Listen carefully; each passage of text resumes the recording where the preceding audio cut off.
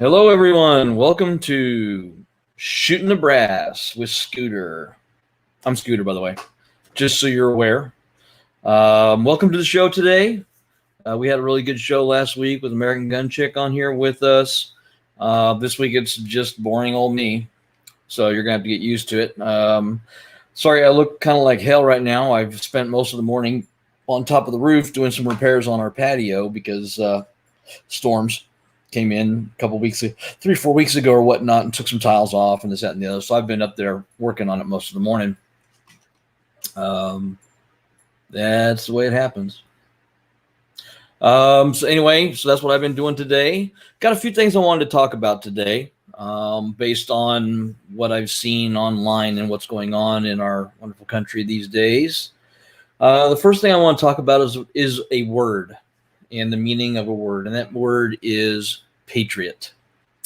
Now, for those of you that don't understand, there's this thing called nonpartisan, which is what kind of word patriot really is. By definition, a patriot is one who loves and supports his or her country. This is according to the Merriam-Webster Dictionary. Now, when you hear that term online, that's not what people are referring it to. People are referring it to conservative folks that that think that everybody else. It's. Let me rephrase this. Okay, look. I'm kind of getting tired of people coming online and talking about how they're patriots and how everybody else isn't, because they don't follow the same belief system or the same ideology of how the country should run. A patriot is somebody that loves their country.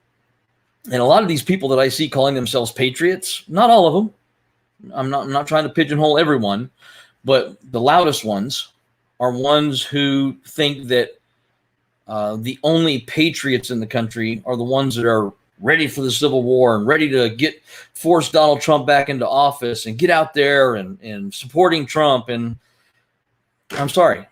If you think you're a patriot because you support Donald Trump and you want to get him back in office, you don't support your country, because your country made a decision. It's called an election. Now, we still don't have at this point in time, any real notice that the elections were faulty. Okay. Lawsuit after lawsuit after lawsuit has been thrown out. Okay, so let's take the whole, the election was stolen from him crap out, because honestly, until we actually have proof, and that proof is taken to a judge, and the judges and everything decide that yes, this is true, it's all speculation at this point. Even the Arizona audit at this point in time is a bunch of speculation.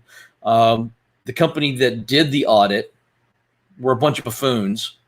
And they only used people who were Trump supporters in the audit. They didn't use any independents, people that actually didn't care who won. They didn't use any of those folks. And they did a horrible job of it. They're still trying to clean up that mess. So anyway, let's just say that if you want to be a patriot, you have to love your country. You love and support your country. Your country made a decision in November and chose Biden. Now, I didn't vote for the guy. And I know a lot of folks that 2A supporters didn't vote for the guy, but it is what it is. Just like in 2016, when all the liberals were like, "Oh my God, Trump won and he shouldn't have won because he didn't get the pop." Okay, whatever. Okay, enough of that. A patriot is a person that supports their country. I support my country.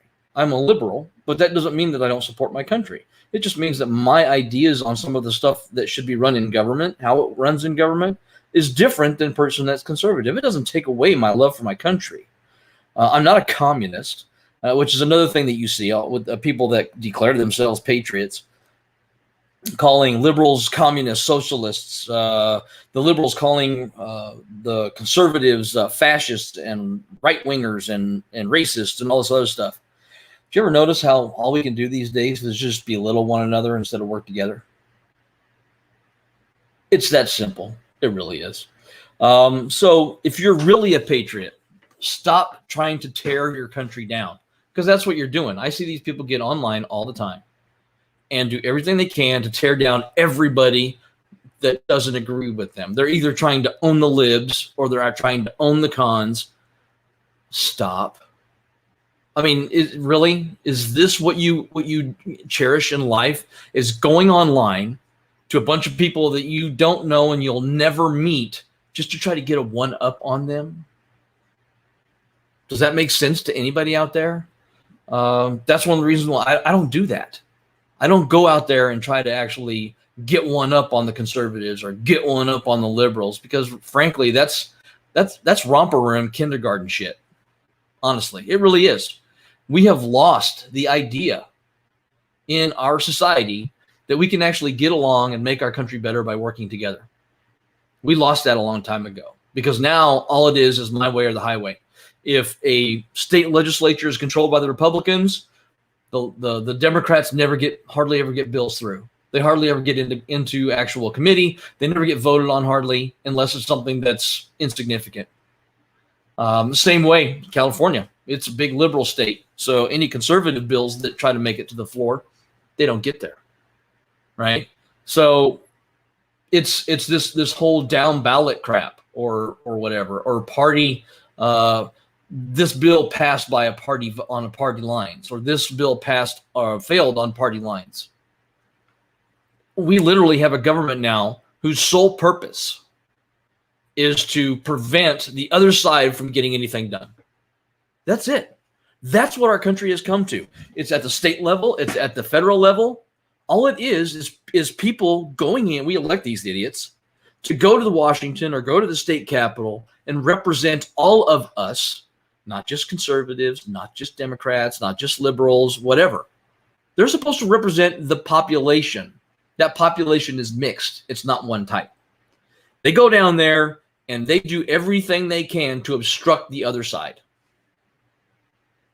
And then when somebody does actually work across the line, I'm talking specifically about Kyrsten Sinema, who was working really, really, really hard with the Republicans to try to come up with the first infrastructure bill since 1953, I think. And she did a good job. She finally, her and the Republicans and everybody, she was in contact with Biden. They all worked together. Both sides worked together to come up with this infrastructure bill to make our country better. And the first thing that the liberals did was just condemn her because it wasn't enough, because she compromised, because she worked with the other side. Enough is enough, okay? We're not going to fix the problems in our country if we keep going along this line. We're never going to we're just going to keep getting worse. There's just nothing we can do as long as both sides are trying to obstruct the other. And it's pretty much in anything nowadays that you see. Look at gun control. Okay. You're never going to get both sides to come together and have a conversation, because the 2A side, the pro-gun side, they want pretty much what the Constitution says: the right to bear arms shall not be infringed. The left side, and not all of us, because I'm on the left and I'm totally against the whole idea of gun control. The left side says, no, we need to ban guns, or we need to do common sense gun legislation. And the funny thing is they don't want to sit down with gun owners and find out exactly from gun owners, the people that actually own guns, what they would feel like is considered common sense gun legislation. So there you go. It's never going to go anywhere because both sides are making a shit ton of money off of it. Do they want it to be fixed? No, because you got the pro-gun side, like the NRA and stuff like that's bringing in money hand and fist. You got the Moms Demand Action over on the other side, and they're bringing in money hand and fist. What happens if all of a sudden we had a compromise and everything got solved? No more money. You think they want that? No. Look at abortion. Pro-life, pro-choice. That's the only options you get. Okay, well, if the pro-life really wanted to stop abortion, it would stop trying to pass laws or repeal laws that are already in place. Instead, what they would do is work with the pro-choice folks, and instead of pro-life, they would be pro-prevention. So we would have none of this abstinence-only education crap like we have nowadays here in Arizona, because that doesn't teach you sex education. The whole idea is trying to go along the lines of, well, you shouldn't have sex. Okay, well, obviously, especially with our teen pregnancy rate here in Arizona, that's not working. Surprise. So realistically, if both sides wanted to actually stop abortion and keep their rights intact, pro-prevention, start focusing on scientifically based sex education, age appropriate, not teaching 12-year-olds about sex education, but young adults, probably whatever they decide would be young adults. But that doesn't work, because if you do that, then Planned Parenthood starts losing money. Center for Arizona Policy here in Arizona all of a sudden starts losing money, because all these people that are donating money, okay, well, we don't need it, because all of a sudden abortion rates drop. They did this in Colorado. They provided long-term birth control for people that couldn't really afford to just get birth control on a regular basis, low-income families, right? And what did it do? It dropped the abortion rate in teen pregnancies by 45% in less than a year. Go figure. Funny how that works. It's possible to do things together without having to always have it right versus left. So that's my thing that's my spiel about that. Okay, if you really want to be a patriot, then a patriot would do what's necessary for the betterment of the entire country, including those they disagree with, because we're all Americans, right? That's why I work so hard to try to bridge the gap between left gun owners and right gun owners, is because we're all Americans. I don't give a shit what political party you are, what political stance you are. I care about the fact that you either support the Second Amendment or you don't. It's that easy, folks. Stop buying into the social media and mainstream media bullshit where we have to be at each other's throats all the time. We can fix a lot if we work together. So moving on to the next thing. COVID, like my Arizona COVID Land PCC Championship t-shirt. This was from last year. We did the PCC Championship in September. The next one is coming up next month. And I had a friend whose father died recently in the past week or two from COVID. He was 76 years old. He was fully vaccinated. Fully vaccinated. And he died from COVID. Right now, when you're looking at social media, the news, all this other stuff, people posting online, all you're seeing is two sides of the conversation. I'm not getting the shots, and you should get the shots. So basically, everybody that's saying, I really don't want this shot, we're now being called anti-vaxxers. I don't want the shot because, I've already had COVID, and I survived COVID without even really breathing hard, literally. It was basically 3 days of small flu-like symptoms, and then it was over. So I don't see a need. My wife was the same way. We both, between the two of us, had about 5 to 6 days of uncomfortable flu-like slight symptoms, and then it was gone. So I obviously have some sort of a resistance, and she has a resistance to COVID. So why should we go out and get this shot, especially when people are fully vaccinated and still getting COVID? Okay, there's the logic in that. And I felt sorry for her because I understand, I lost my dad in May, and I know how hard that is. But the thing that really upset me, or not upset me, but made me think, really about how she was posting about it, was she was saying, get out there and get vaccinated. That's the only way we're going to fix this. Her father was fully vaccinated, and he still died. He still got COVID and died. So the vaccine is not working for everybody. So do I think maybe we should look at social distancing more, and maybe masks in heavily populated areas and stuff like that? Yeah, sure, why not? It does help in some cases. I have to wear a mask at work every day. Luckily, we have not, at this point, been forced to get told we have to get mandatory vaccines, or we're fired.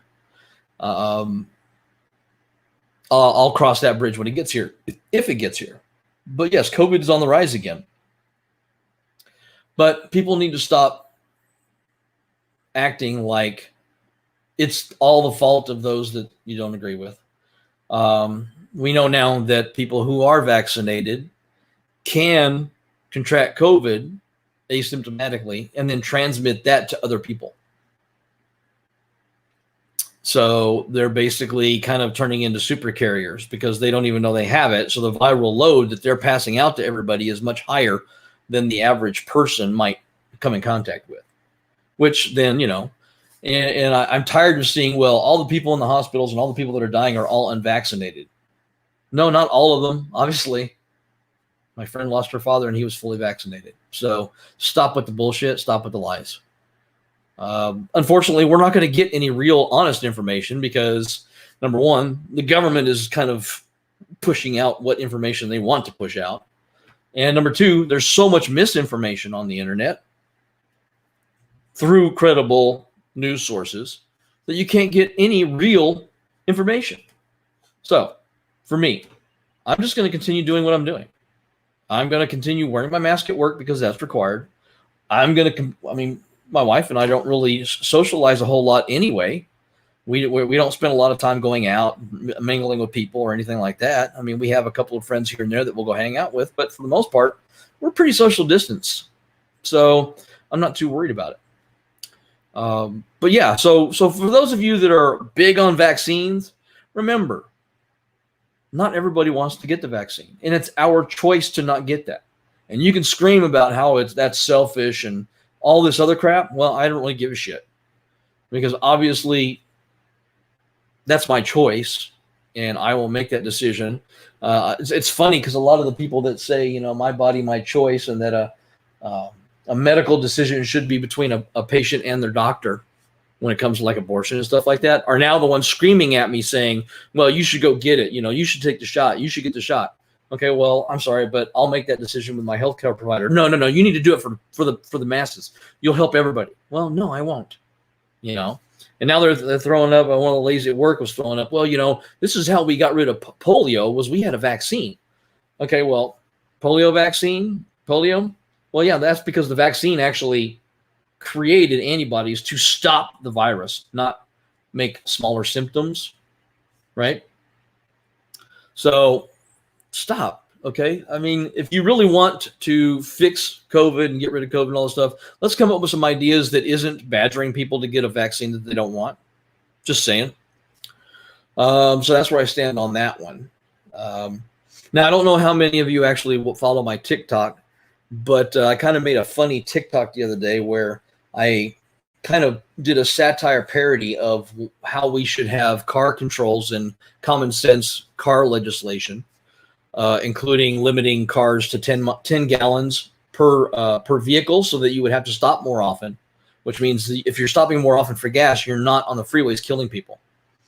Or you're going to kill less people because you're not able to, have a 30-gallon tank where you have to stop.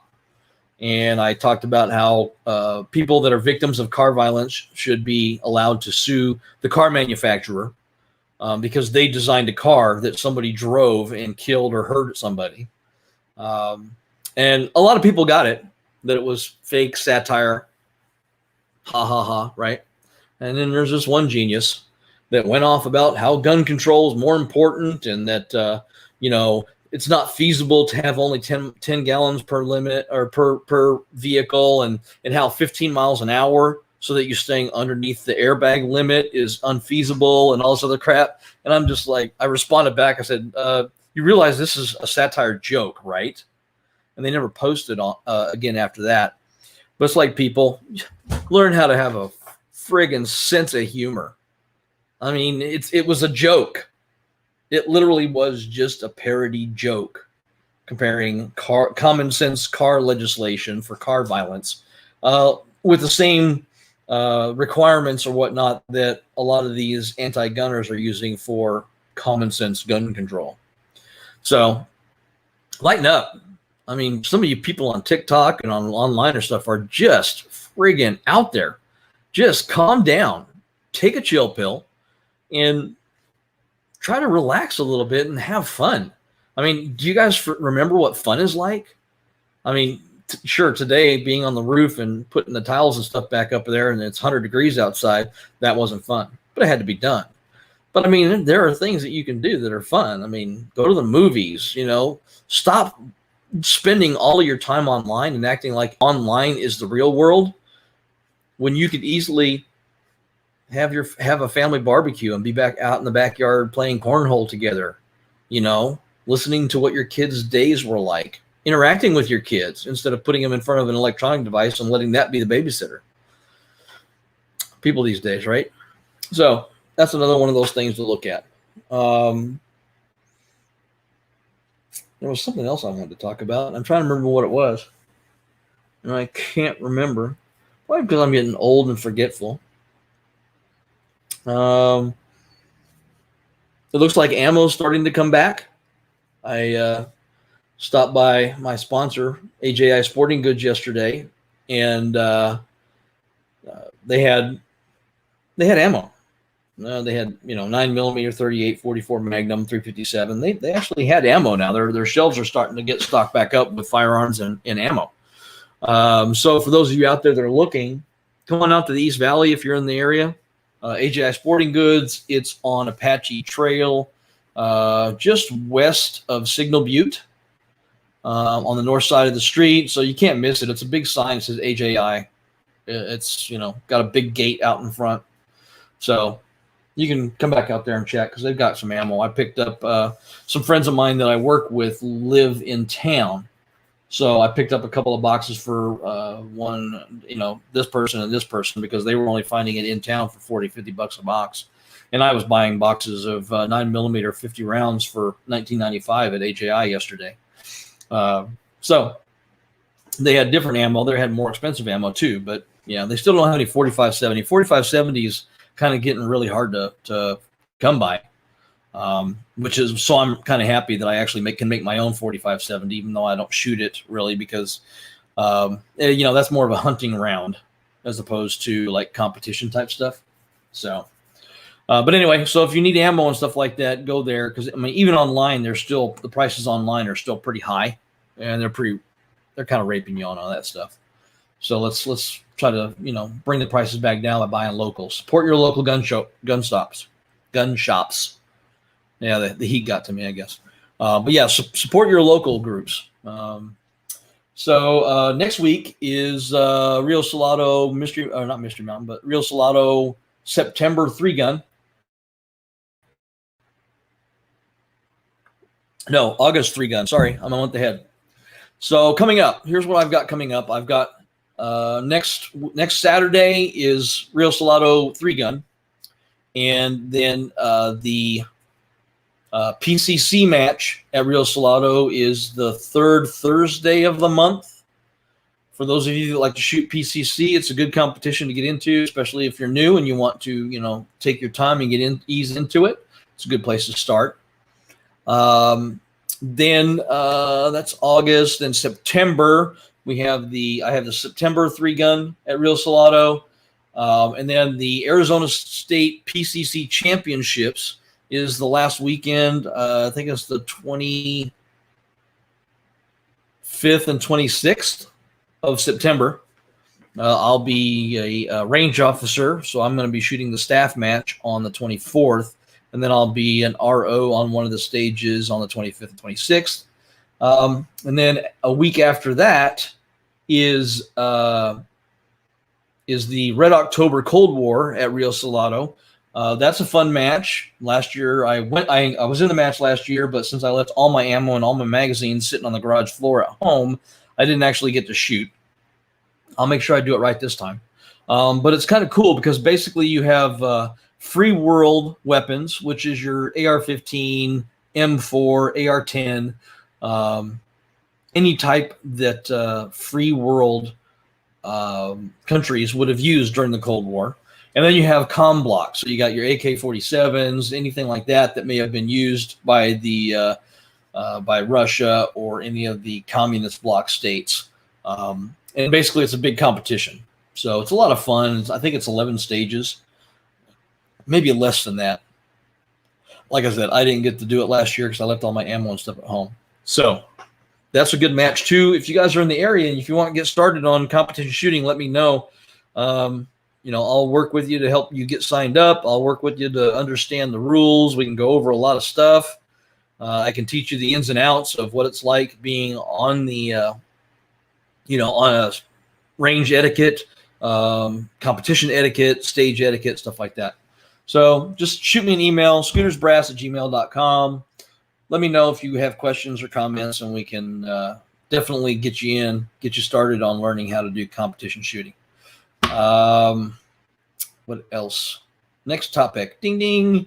One of the things I wanted to talk about is preparation. So I saw the new Red Dawn, the one that was like 2012, not the original one. I saw that one a couple weeks ago, but I saw the new one. And the part where they had paratroopers dropping in the neighborhoods and taking over everything. And so I kind of wanted to post that in the Apache Junction group to get comments from the people about what they thought about what we would do, our community would do in that situation. And of course, everybody just went ballistic with it. Some of them thought that it was just a joke. Some people went the extreme. Well, with lock and load, they're posting, images from Red Dawn, meme from Red Dawn and stuff like that. Like they're going to, become the Wolverines and go out there and battle the armies and all this other crap. But it did get me to thinking from a serious standpoint about preparation. Okay. Preparation is something that I think everybody should do. Every single family in the country, singles, families, whatever, you should always prepare for the possibility of natural disaster, for example. What would happen, for example, in your community if a tornado came through and took out all electricity and it was going to be down for a week? I mean, look down in Texas when they had the big freeze. How many people actually died because they had no preparations of anything to do in that circumstance? Here in Arizona, we don't necessarily have to worry so much about freezing to death, at least down here in this neck of the woods. But what would happen if the electricity goes out during the summer? Okay, your refrigerators are now useless, so all your food's going to spoil. You have no air conditioning. So how are you going to keep cool? How are you going to keep the inside of your house cool? If you've got pets, family, kids, any of that kind of stuff, how are you going to keep people cool when it's 110 degrees outside? For example, what happens if the water supply dries up? Say there's some sort of destruction or pipe, disaster with the local water supply and we can't get water here. Do you have water in your home saved up, stored up, enough for so much for each individual for 2 or 3 days or a week or whatnot, just in case the bad shit happens? Probably not. Most people don't, because most people don't prepare. Having first aid kits, having proper first aid kits. So you have all the basic stuff plus anything special. For example, I carry a trauma kit with me every day with a CPR mask and everything like that, just in case. I'm a first responder, so that's what happens. But do you have that at home? What happens if your rescue people, your fire department and stuff like that can't get to you for some reason? Do you have some way in training to do immediate first aid to stabilize a person who's having a heart attack, who's hurt themselves, broken a leg, got a major gash cut or something like that, accidentally blew their foot off? There's a lot of things that could happen. Do you, as an individual and or family, have the capability to deal with stuff like that? And the training. You have to have the training. Okay. Social unrest. We've seen a lot of video and stuff over the past few years about social unrest coming through neighborhoods and tearing shit down and blowing things up and burning things down. Okay, well, our community here has 2 entrances to the community, one on the north and one on the west. So what happens if there's civil unrest that actually really starts going to town? Do we have preparations for that from a community standpoint? Do you personally have preparation possibilities with that in mind? There's a lot of things that can happen out there. Mother Nature's a real bitch. She could throw a storm on, so you got flash flooding that takes out all the electricity, kills communications. What happens if all the phone lines go down? What happens if all the cell towers go down? What are you going to do? How are you going to communicate with the outside world? Are you going to do a smoke signal or something like that? Or do you have radio communications so that you can talk to other people? My wife and I, we have a couple of ham radios. We've got a CB on the RV. We've got what I would recommend everybody to have is an emergency radio, so you can at least get emergency broadcasting to you, so you can still at least find out what's going on out there.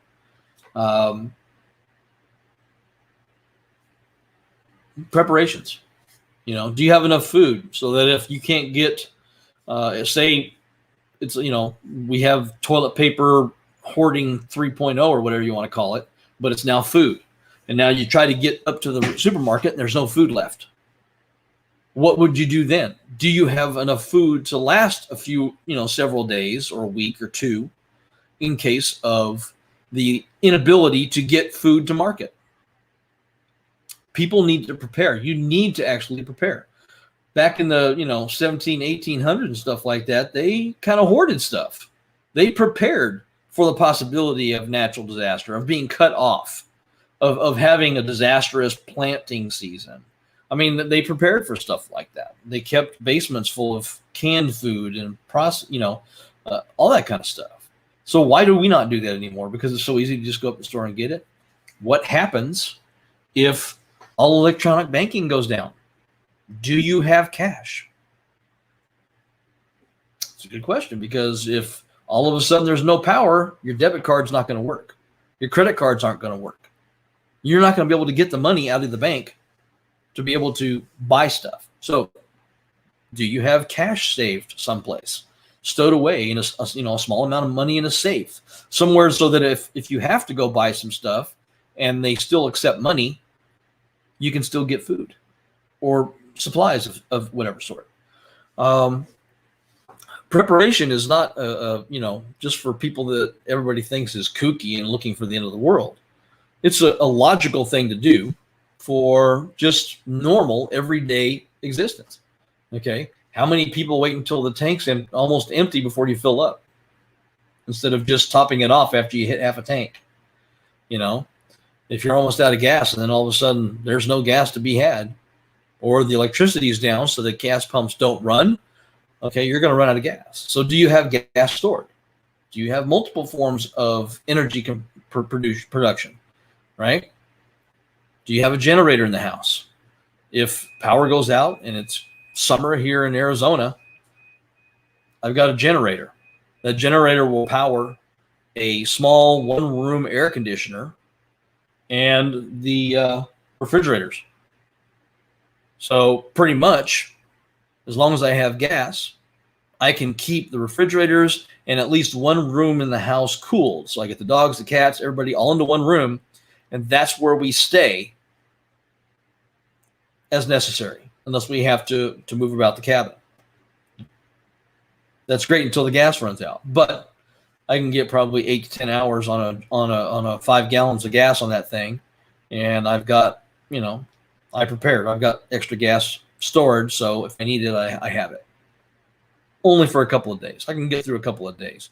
The most specific, like electrical problems here in Arizona, are usually fixed within a couple of days, no more than that, because we don't have the same problems as areas like up in the northeast, northwest, when storms come through and they wreck everything. They take out all the power lines, and all that stuff has to be repaired, and you're without power for a week or two. So prepare according to your locale. Here in Arizona, we want to keep cool. We want to have water. We want to have food and stuff like that. So we build that up. So I would recommend people for you to go through, look at what you have stored, look at what your preparations may be, make lists of what you may or may not need. First aid supplies, food, water, medical type stuff. If you have a prescription, it's not a bad idea to get an extra refill that you keep stowed so that you always have an extra bottle. I do that with my blood pressure medication because, if something happens and I can't get it, then at least I have a little bit extra in the back. So, yeah, you got to think about these things. Always think preparation. Be like a Boy Scout. Be prepared, right? Think about what happens if you have, if you have to defend your home. Come up with plans with your family on how you want to protect your home in case of home invasion. They still have those. And it's probably not fun. I mean, for us, it's pretty simple. We just, we basically retreat to our back bedroom with the dogs, lock ourselves in, and call the cops. Because I don't want to have to take somebody else's life. But if they come down that hallway and try to get into my bedroom, then they've got a problem. Because there's 2 dogs, 2 parents, both armed with shotguns inside the room. So, you got to have a plan.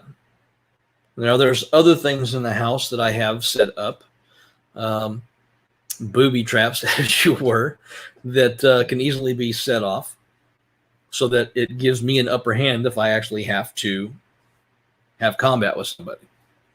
I'm not going to tell you what those are because they're secret. Yep. But yeah, you got to have a plan. What happens if, things around you go to hell? You got to be prepared. I mean, I think people in our country are now too complacent and don't think ahead and don't think about things enough to where they can react without having to pause. And that's the important part. Coming up with the plan, rehearsing the plan, practicing the plan, learning the plan, sharing the plan with your family, getting the family on board so that everybody knows exactly what they're supposed to do in case of emergency, depending on what the emergency is.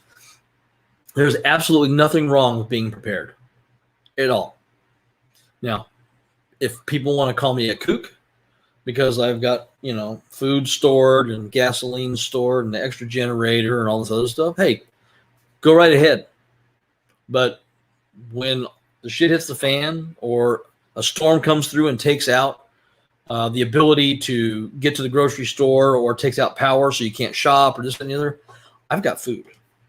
I've got water. I've got supplies. I can survive. It's that simple. I don't need the internet to find out what's going on in the world. I've got the emergency radios. It's got NOAA. It's got all the different bands. I've got ham. I've got scanners. I've got all that crap. And that way I'm always kind of in the know about what's going on, at least in my local area. I may not be able to pick up national news and stuff that's going on in Phoenix, but I can pretty much communicate and hear what's going on within 2 to 3 miles of my house. And that's where it's more important, right? Do you have a plan for if you are at work and everything goes to hell? We work 38 miles from home, and we have a plan. If things go wrong, we have a plan that includes using the car to get back home. We have plans of how to hoof it back home. We have plans for all of that. So do you? Do you have that plan? Do you think about that kind of stuff? Most people don't. Like I said, we as a society have become too complacent. It's too easy to just shop, go to the store, pick stuff up, and then go home. You can't do that anymore, folks. You got to be prepared because, storms coming through. You gotta weigh the idea that Mother Nature is kind of a bitch, and when she gets angry, she's coming through and she's gonna mess you up. So be prepared. That's pretty much covers that section of the conversation. I really think that's pretty much all I wanted to talk about today. I know we're probably going to cut it short, but that's fine because I've still got a lot of work outside that I got to get done today. To finish the roof that I've been working on and preparing for, work for the next week and whatnot. I really enjoy coming on and talking with everybody. I know I don't get a lot of real interaction or whatnot from people watching. It'd be nice. There is a chat room, and if you post the chat stuff in here, I see it in the comments section, and I can actually post to the window so that other people that are watching can see what your comments and questions are. I'm going to try to get some other guests to come on the show. There's a guy I think he's with the Liberal Gun Club that does a lot of home defensive training. I'd like to see if I can get him on the show. I'd like to see if I can get the guy from 7 Tactical. Oh, hey, American Gun Chick just said, hi. Hi, we're here talking. See? And you can just pop the little conversation up there so you see the comment in the video. Boom, cool. So, I mean, that's the thing is we have the ability now to communicate without incident, without all of the crap you see on social media. Just sitting here talking. If people want to come on the show and have conversations, discussions, that's great. I love to have conversations, discussions. I love to talk about things and get multiple points of view on a topic. We just gotta, if you're an asshole, I'll throw you off because I just don't have time for that anymore. I'm too old to deal with that kind of mentality of just coming on and wanting to own the libs or own the conservatives or whatever. We need to start having conversations again. We need to start talking to one another with respect, because we lost respect for anybody that disagrees with us a long time ago. And that's the hard part, is how do we get that back? How do we engage enough people to break the stigma that we have of, well, it's my way or the highway? Because that's why our country is in such a caboose right now. We're just running over ourselves and not working together. So I would suggest over the next week, pay attention to what you see people, how you see people posting online. Look for those red flags, okay? If they're condescending to other people, if they're calling other people names, that kind of thing. We as people need to start calling that behavior out and saying, I understand that you have a difference of opinion, but where's the value of calling another person a name? Where's the value of trying to belittle another person for having a different opinion? Because when it comes down to it, if we got past all of that, we'd find that a lot of people, both right and left, have similar ideas on things that need to be fixed. The problem becomes, how do you fix it? And since neither side wants to talk to each other, there's no compromise. There's no working together to fix it, so it's beneficial for both sides. Right? So look at that kind of stuff. Pay attention to that kind of stuff when you see it. Call that stuff out and say, look, there's no reason to call other people names, to refer to people as communists when they're most likely probably not actually communists. But, too many people out there, they want to own the libs, they want to own the conservatives, they want to own. That's all we do now, is go online and try to own the people that disagree with us, just to get one up, just a little bit to get one up. And it has no value other than, a little bit of psycho gratification, I guess. I don't know what the hell to call it. But yeah, it doesn't take much to just kind of reach out and say, hey, I know you think I'm an idiot because I'm a liberal, but here's what I think about this situation, and actually be calm, cool, collected. Don't throw names. Don't try to own the person. Just try to have a conversation. It's really that easy. I've got shooting buddies that are hard right conservatives, and I get along with them real well. The only time we actually really kind of start poking, name calling, and stuff like that is specifically when we're picking on each other while we're at a match. We're kind of needling each other. But like my friend John, he's a big Trump supporter, and he knows I'm a liberal, and him and I talk all the time. And we both found that in just having the conversation, that we agree on a lot of stuff. We just, in some areas, there may not be a good agreement on how to fix it. But we still agree that there's a problem. We both support the Second Amendment. Okay, that's an easy one because we're both shooters, right? But when it comes down to it, like we were talking not too long ago about the audit. And I'm like, aside, I would have probably not been having a problem with the Arizona audit if they would have had an actual company with experience in following the legal requirements and rules of doing an audit, a forensic audit. Because Cyber Ninjas, they've never done one before. And they didn't have the people to do it, so they brought in a bunch of Republicans that are here from Arizona. So obviously they were specific. They just did it wrong. Okay, it has to be something that's nonpartisan. You can't bring in the lion or the fox into the hen house to count the eggs. I mean, it's that simple. So, but I told him, I said, if what I felt it was an actual legitimate company with experience that followed the rules and laws and stuff for voter privacy and this, that, and the other, and they found problems, I would be okay with that. Because I like the idea that we could have safe and realistic elections without fraud. We can't really say that we had that because we haven't had enough of a real audit by a third-party, nonpartisan company or organization with experience to do that, to give us an idea of what actually happened. Because, I mean, there's already been 2 audits on Maricopa County. They did the first audit, and they did a hand count right after that, and they all matched up. So it's right now it's just political bullshit that's going on from both sides. I'm not blaming right or left at this point. I'm just saying both of you sides need to just fucking get over it and remember that you're supposed to be representing us, not being a douchebag. It's easy. It's something you can do. So, anyways, I'm going to go ahead and call it a day because I'm tired and I still got a lot of work to do on the on top of the roof. Probably wait until wifey gets home. That way, you know, if I break a hip or fall off the roof, at least somebody can call 911 because the dogs aren't going to be doing that very well. So, thanks for listening in today. For those of you that were here, you have any comments or questions, please visit my page, Scooters Brass, on Facebook, and or send me emails to scootersbrass@gmail.com. I'll respond to your emails. We can have a chit chat. We can go over some things. If you want to be on the show, email me, ask to be on the show. Let me know what you want to talk about. I'm all open to have conversations. Even if I may not agree with you, the conversation is the important part, not whether or not we agree, right? Because when you can converse, you can solve problems. If all you're going to do is sit around and bitch at each other because you don't agree, that doesn't solve shit. So let me know. Keep me busy. Keep me posted.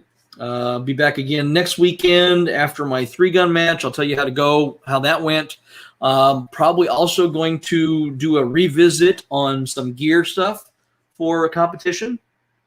I'm not allowed to show you my firearms, but I can at least describe the different modifications I've made to them and what the purpose of the modifications are, so that it'll be something that you can pay attention to. And maybe if you're going to get into competition, or if you're already in competition and you have better ideas about how to adjust the equipment, do it. I'd love to hear your ideas.